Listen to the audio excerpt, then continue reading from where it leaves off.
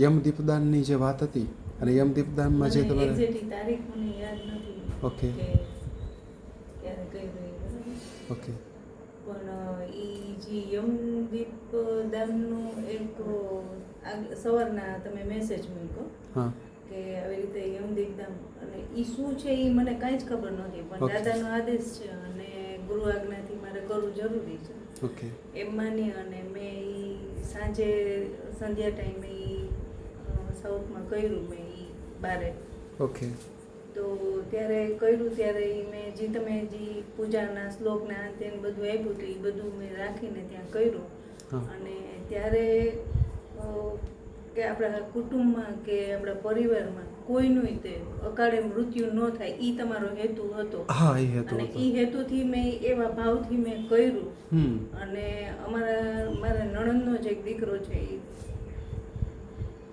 35 વર્ષ સોરી 32 વર્ષનો ઓ એ અકાળે જોયો ગયો હતો ઓકે અને એનું મેં નામ લીધું કે ઈશ્વરને કોઈ દિવસ આવું ન કરે અને એ થઈ ગયા પછી ગયા મહિને મારા ઘરમાં જેવો બનાવ બન્યો ઓકે કે એક મૃત્યુથી એક તલપાર જેટલું છેટું મારા છોકરાને થયું અને એનો જે બચાવ થયો ને ત્યારે મને એમ થયું કે એ મારી સાધના છે ને એ પડી એમ જી સાધના પડી હા કે મેં જે દીપદાન નું મેં ભલે મને જે રીતે આવડતું હતું એ રીતે કર્યું હા મને બહુ સરસ મને કામ મળ્યું એમ બહુ સરસ ફળ મળ્યું એમ તમારા દીકરા 9 નીકળ્યા અને બ્લાસ્ટ થઈ ગયો હજી નાઈને નીકળો અને તો હજી બાથરૂમથી કિચન સુધી પહોંચ્યા જ હશે. હા હા. એટલે જ પહોંચ્યો ત્યાં સીધો બ્લાસ્ટ થયો બાથરૂમથી કિચન પહોંચતા 2 કે 3 સેકન્ડ માં જ લાગે બાથરૂમની તમે હીટર હોય ને હા હીટર બ્લાસ્ટ થઈ હીટર બ્લાસ્ટ થયું ગયું ઓકે એટલે અંદર બધું ડોલ ને બધું એકી હારે બધું સળગી ગયું એટલે પછી બાયનું બાથરૂમનું બંધ હતું એટલે એ બધું થયું ને એટલે બાથરૂમની બારી જે હોય ને એમાંથી બ્લાસ્ટ થયો એટલે ફ્લેમ થઈ હા. અને નીચેથી અમારી સામે જે ફ્લેટમાં છે ને એના બારીના કાચ તૂટી ગયા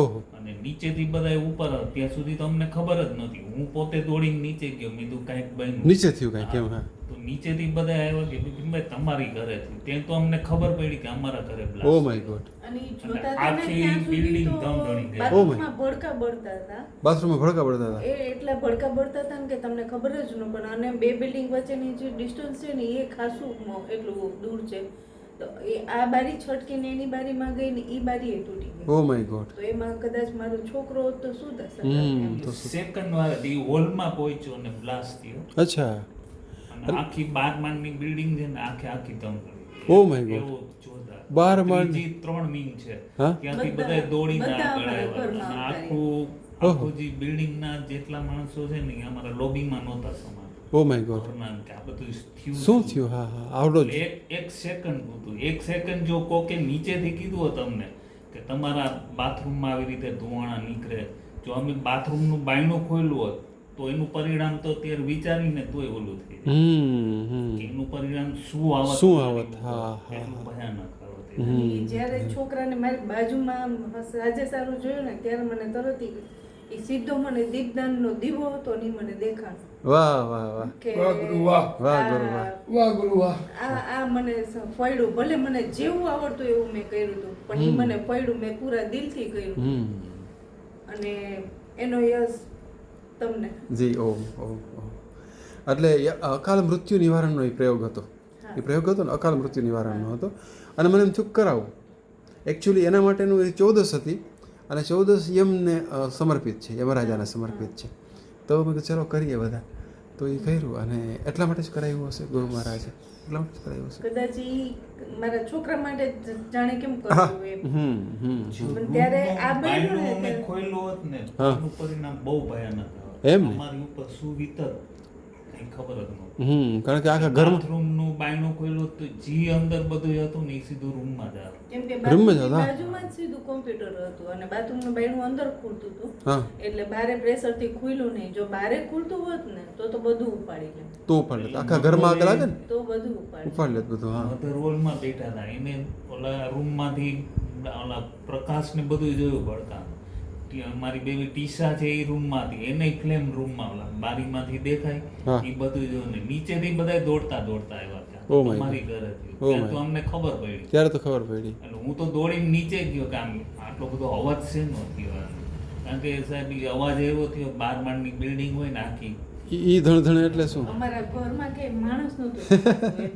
અચ્છા એવું. અને ત્યારે ઈ કહું છું ને કે જ્યારે મેં સ્મિતને જોયો ને ત્યારે મને એક ક્લિક સીધી મને ઈ દીવો જ દેખાણો કે આ દીવાએ જ મારા છોકરાની રક્ષા કરી. નહીંતર મારે કોઈ જીવવાનો અર્થ જ ન રહે તેમ.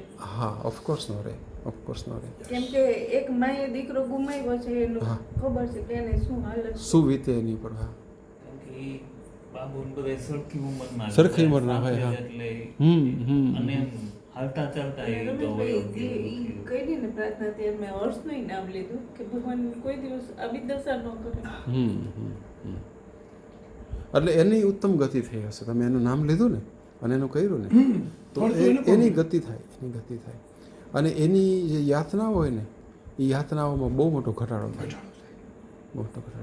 યમ યાતનાઓ જે છે સુડીનો ઘા સોયથી ઉકળે એમ એ ભાષામાં કહી શકીએ. હા એટલે મૃત્યુ પામેલા આપણા સ્વજનો હોય એને આપણે કોઈ પણ પ્રયોગ વખતે યાદ કરીએ ને તો ઇમિજિએટલી એને મેસેજ કન્વે થાય, આપણો પ્રેમ એને મળે, આપણી લાગણી એ એને મળે અને એને બહુ રાહત થાય. અને બધું સચોટ રીતે થાય જ છે. નથી માતાજી ને ગુરુદેવજી ઓલું કે ને કે કેમ કે ભાઈ ઈ બિચારો સોમવારમાં જવા આપણી જેવો તો ઉપરથી નહોતો. એને બધું ઘાત જે હતી ખેંચી લીધી. ખેંચી લીધી નકર બહુ અઘરું થઈ જાય. બહુ અઘરું થઈ જાય. એમાં બોલી જ નહોતા શકતા કોઈ. એ તો તમે મને ફોન કર્યો ને હા. ત્યારે તમારી જે દશા હતી, માનસિક દશા હતી, તમે બોલી નહોતા શકતા. એ ફોન મેં રેકોર્ડિંગ કર્યું હતું અને મેં ગ્રુપમાં મૂક્યું હતું. હા હા, ગ્રુપમાં મેં સવારના મેં સીધું ઈ તમને ફોન કર્યો ને તમને ઓકે બેને ફોન કરી અને હું હળવી થઈ ગઈ. અચ્છા ત્યારે માનવું પડે કે માં ને ગુરુદેવ ને બધાય હા છે આપણી હાજર છે.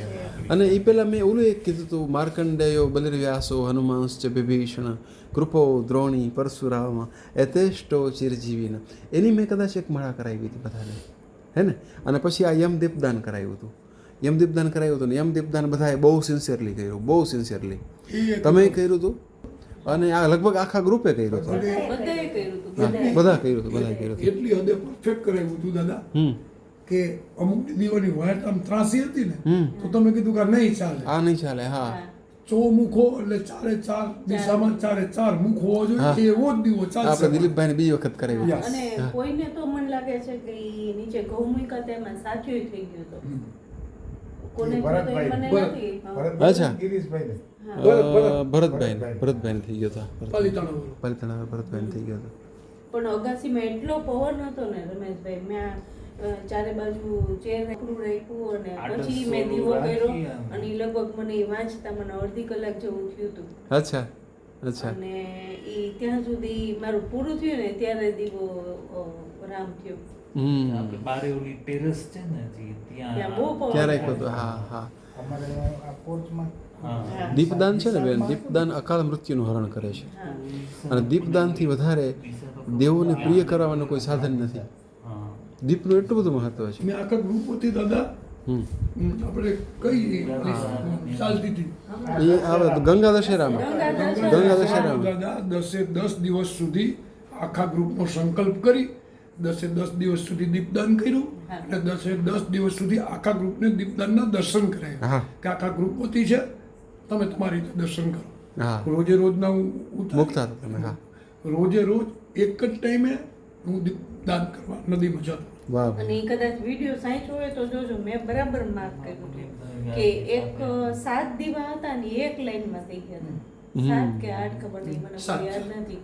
વાહ પણ ઈ આખા એક લાઈનમાં બધા સાથે થઈ ગયા હતા ને બધા ચાલુ હતા. બધા ચાલે હતા. એટલે આ શ્રદ્ધા છે તો પાણામાંય છે ને તો હા નથી તો કાંઈ નથી નથી તો કાંઈ નથી